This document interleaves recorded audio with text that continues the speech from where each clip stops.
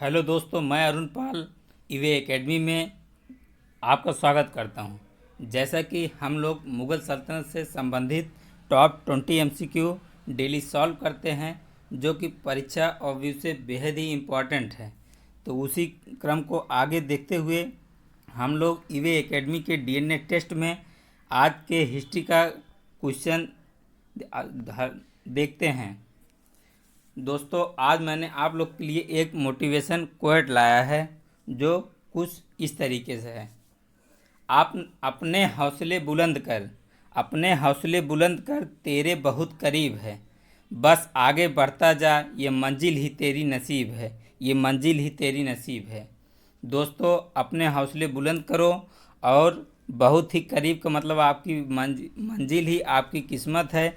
नसीब के भरोसे बैठना अच्छा नहीं है।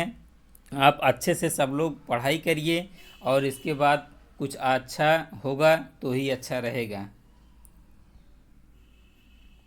आज का इसी देखते हैं कि आज का फर्स्ट क्वेश्चन, राजपूताना के निम्न राज्यों में से किसने अकबर की संप्रभुता स्वीकार नहीं की थी? Option number B, right answer, Mewar. Mewar ने मुगलों की अधीनता स्वीकार नहीं की थी। नेक्स्ट क्वेश्चन, क्वेश्चन नंबर 2, किस मध्यकालीन शासक ने पट्टा एवं कबलियत की प्रथा आरंभ की? शेर शाह सूरी ने। ऑप्शन नंबर सी, शेर शाह सूरी ये बिहार का था, जो कि हुमायूं को परास्त कर दिल्ली की गद्दी पर बैठा। शेर शाह सूरी का मकबरा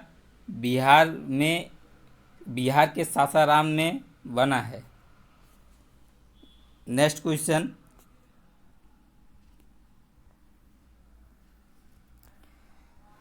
मुगल सम्राट औरंगजेब कौन सा वाद्य यंत्र बजाते थे? बीड़ा।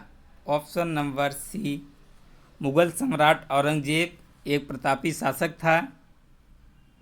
शासक था और वो अपने सेना में सबसे ज़्यादा हिंदू सैनिकों को रखा था।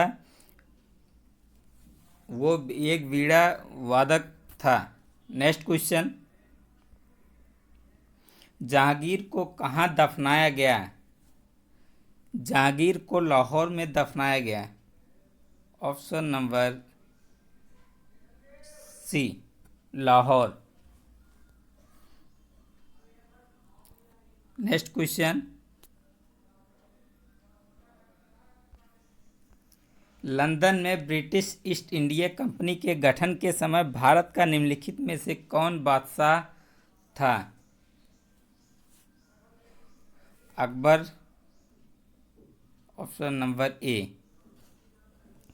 अकबर के काल में हर 10 घोड़सवार सैनिकों के लिए मनसबदार को 20 घोड़े रखने होते थे। इसका मूल कारण यह था कि लंबी यात्रा के दौरान घोड़ों को आराम देना आवश्यक था और युद्ध में उन्हें बदलने की आवश्यकता भी पड़ती थी।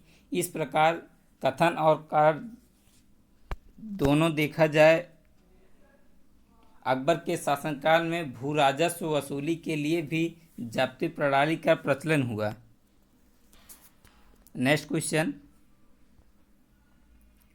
शाहजहां के काल में कौन यूरोपीय यात्री भारत आया? पीटर मुंडी। ऑप्शन नंबर डी, शाहजहां के काल में पीटर मुंडी भारत आया था। नेक्स्ट क्वेश्चन, अकबर ने दीन इलाही वर्ष में प्रारंभ किया।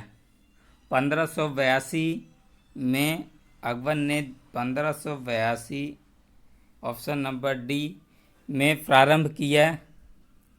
अकबर द्वारा प्रवर्तित दीन इलाही कोई धर्म नहीं था, अपितु एक सूफी मत था जिसके नियम सर्वधर्म समन्वय एवं आधारित थे।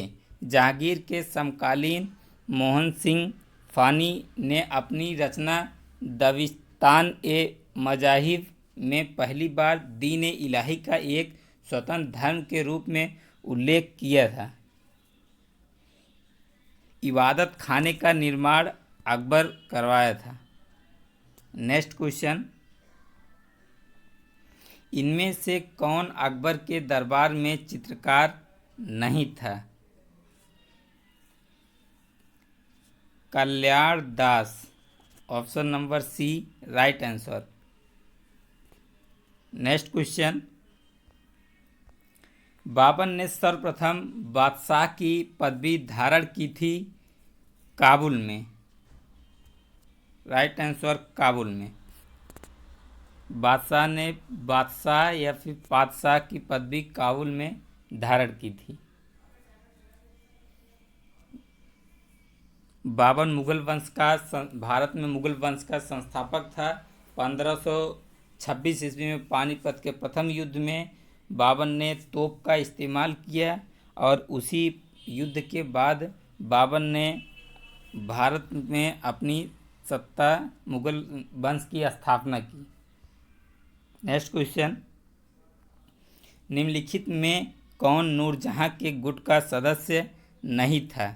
जहांगीर नूरजहां के गुट का सदस्य नहीं था। Next question, question number 11, Mughal वंश के संस्थापक कौन था?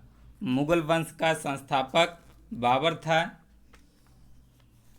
जो कि 1526 ईस्वी में मुगल वंश की स्थापना की। Option number A Babur. Next question,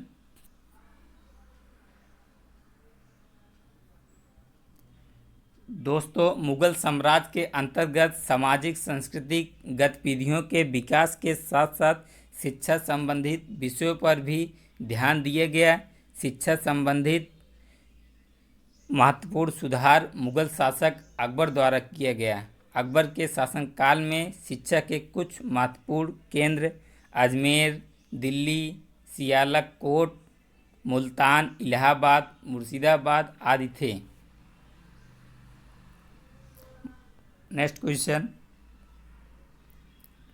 Babar के पिता का नाम क्या था? उमर शेख मिर्जा बाबर के पिता का नाम था।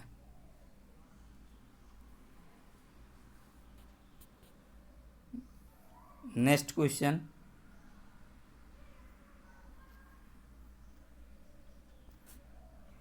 बाबर फरगाना की गद्दी पर कब बैठा? बाबर फरगाना की गद्दी पर 8 जून 1494 ईस्वी में बैठा था, जो कि ऑप्शन नंबर 8 जून 1494 ए राइट आंसर है। नेक्स्ट क्वेश्चन,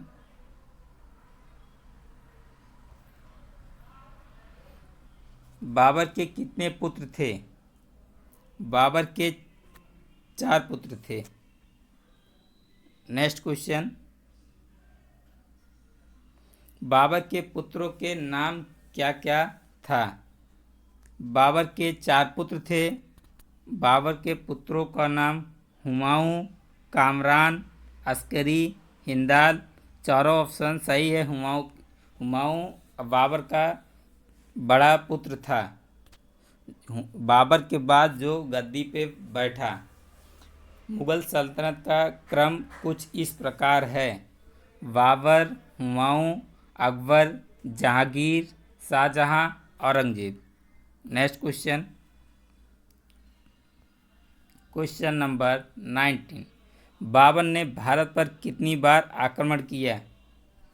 दोस्तों बाबर ने भारत पर 5 बार आक्रमण किया, जो कि आपका राइट आंसर डी सही हो जाता है। नेक्स्ट क्वेश्चन, जो कि इस वीडियो का लास्ट क्वेश्चन है, क्वेश्चन नंबर 20, बाबर के द्वारा लड़े गए प्रमुख युद्ध कौन कौन से हैं? दोस्तों ये क्वेश्चन परीक्षा ऑब्वियसली बेहद ही इम्पोर्टेंट है। जैसा कि आप देख रहे हैं, ये एसएससी, रेलवे आदि एग्जामों में पूछे गए हैं। तो आप लोग इन सब क्वेश्चन को ध्यान से पढ़ें और याद करने की कोशिश करें। बाबर के द्वारा लड़े गए प्रमुख युद्ध हैं पानीपत का युद्ध, खानवा का युद्ध, चंदेरी का युद्ध, घाघरा का युद्ध। जो कि एक ट्रिक भी इसका फेमस है, पानी पिया, खाना खाया, चल दिया, घर गया, मर गया। 30 में बाबर की मृत्यु हो गई थी। पानीपत का प्रथम युद्ध 1526 में हुआ था, खानवा का युद्ध 27, चंदेरी 28 में, घाघरा का युद्ध 29 में 1530 में बाबर की मृत्यु हो गई थी।